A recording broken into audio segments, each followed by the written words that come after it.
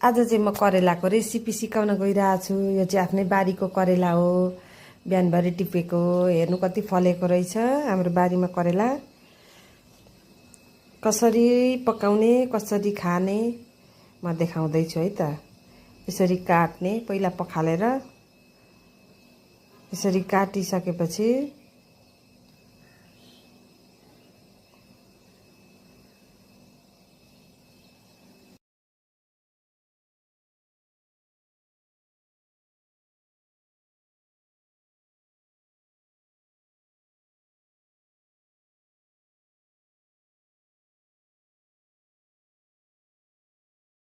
यसरी काटिसकेपछि यस्तो हुन्छ। यसरी काटिने, यसरी बिचमा चिरो भने चाहिँ राम्रो।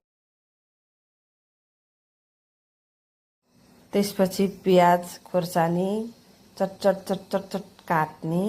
काटेपछि कन्ती बस हाल्ने।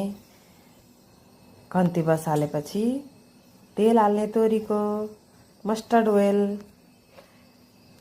त्यसपछि जिरा मेथी फुराउने। जिरा मेथी रातो भइसक्छ। त्यसपछि अघि काटेको प्याज खोर्सानी हाल्ने। त्यसलाई पनि ब्राउन कलर हुन्जेलसम्म मजाले फ्राई गर्ने, भुट्ने।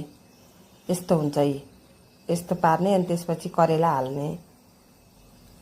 करेला हालेपछि चलाउने, एकछिन चलाउने। अनि तपाईहरुलाई यसमा चाहिँ आलु पनि हाल्न मन लाग्छ भने हाल्ने। मैले चाहिँ आलु पनि हालेको छु। त्यसपछि टमाटर ठिक्क पार्ने।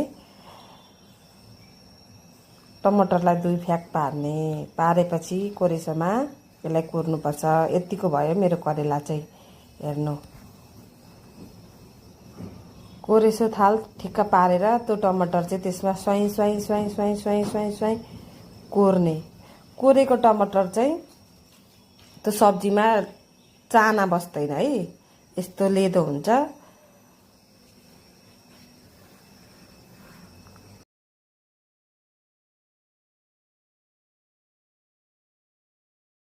यतिको पारेर भुट्ने, रातो बनाउने। अनि त्यसपछि यसमा नुन हाल्ने, बेसार हाल्ने। अनि त्यसपछि चलाउने। पहिल्यै नुन बेसार हाल्यो भने चाहिँ प्यात्त पर्छ, मजाले खरिएर भुटिँदैन अनि मिठो हुँदैन। भुटिसकेपछि नुन बेसार हालिसकेपछि टमाटर हाल्ने। टमाटर हालिसकेपछि त्यसलाई एकछिन चलाउने। चलाइसकेपछि छोपिदिने। छोपिदिसकेपछि